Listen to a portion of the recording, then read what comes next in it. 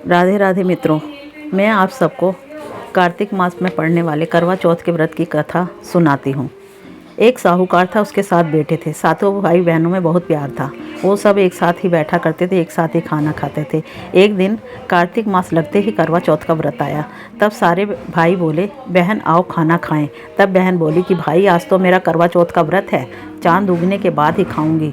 भाई ने सोचा कि बहन भूखी रहेगी, तो एक भाई ने दिया जला दिया और को खूब सारी घास रख के उसको जलाकर छलनी से ढक दिया और आकर कहा कि बहन देख तेरा चांद उग गया है, देख ले, अर्घ दे ले। बहन अपनी भाभियों से बोली कि भाभी आओ चलो अर्घ दे लें। सारी भाभियाँ बोली कि नहीं बाई जी, हमारा चांद नहीं निकला है, तुम्हारा चांद उगा है, हमारा चांद तो रात को उगेगा। तब उसने अकेले ही अर्घ दे दिया और भाइयों के साथ जीमने बैठ गई। अगले गस्से में, पहले गस्से में ही दूसरे बाल आ गया, दूसरे गस्से में कंकड़ आ गया और तीसरे गस्से के तोड़ते ही ससुराल से बुलावा आ गया और कहा कि बाई जी का आदमी बहुत बीमार है, जल्दी भेजो। जब माँ ने बहन के पहनने के लिए 3 बार अपना बक्सा खोला तो तीनों बार सफ़ेद कपड़े निकले। तब बाई जी को बोला कि कोई बात नहीं, ये सफ़ेद कपड़ा पहनकर ही ससुराल चली जाओ। तो सोने का टका पल्ले में बांध दिया और बोली कि रास्ते में जो भी कोई मिले उसके पैर तुम छूती जाना और अपने सुहाग का आशीर्वाद लेती जाना। उसे सोने का टका देकर पल्ले में गांठ बांध लेना। बेटी से यह कहकर उसे विदा कर दिया। उसे रास्ते में जो भी मिले उसके पैर छुए। सब ने उसे यही आशीर्वाद दिया कि सीली हो, सबीरी हो, बहुत बहुत भाइयों की बहन हो, अपने भाइयों का सुख देखे। उसमें किसी ने भी सुहाग का आशीष नहीं दिया। ससुराल में पहुंचने पर छोटी ननद खड़ी थी। वह उसके पैर लगी तो वह कहने लगी कि सीली हो, सपूती हो, 7 पुत्रों की माँ हो, मेरे भाई का सुख देखे। यह सुनकर उसने तभी 7 गांठ बांध ली और सोने का टका अपनी ननद को दे दिया। अंदर गई तो सास ने पीढ़ा नहीं बिछाया और बोली ऊपर जा, वह मरा पड़ा है, वहाँ जाके बैठ जा। जब वह वहाँ गई तो उसने देखा कि उसका पति मरा पड़ा है और वह वहीं पर बैठ गई और उसका सेवन करने लग गई। उसकी सास सारी बची खुची रोटी बासी को देकर कहती, बहू बड़ी को रोटी दे आ।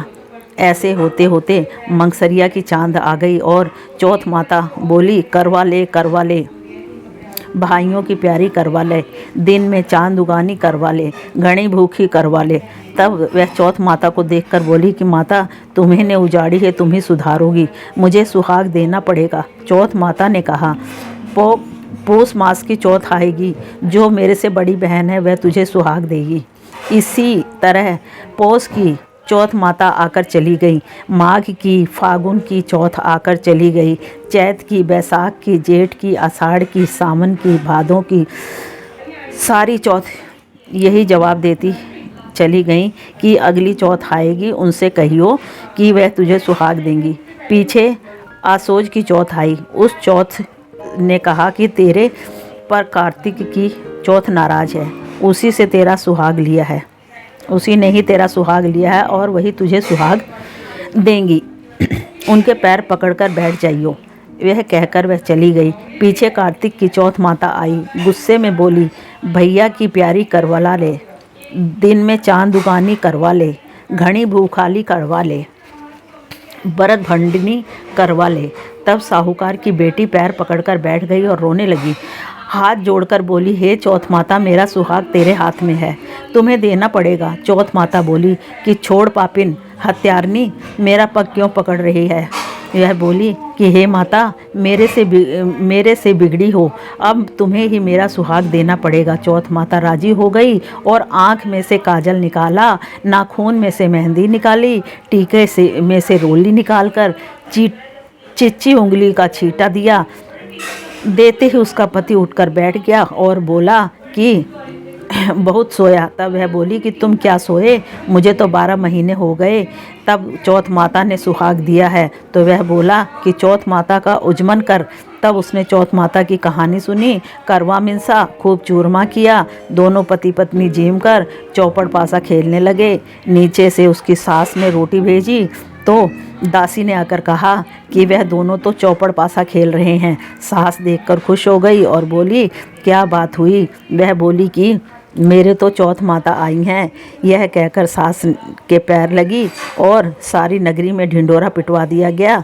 पुरुष, लुगाई, बेटे की माँ, सब कोई करवा चौथ का व्रत करो। 13 चौथ करो, नहीं तो 4 करो, नहीं तो 2 करो। चौथ तो हर कोई करो। हे चौथ माता, जैसे साहूकार की बेटी को सुहाग दिया, वैसे ही हमें भी सुहाग दियो। कहते सुनते हुंकारा भरते का और अपने परिवार को सुहाग दियो। बोलो चौथ माता की जय।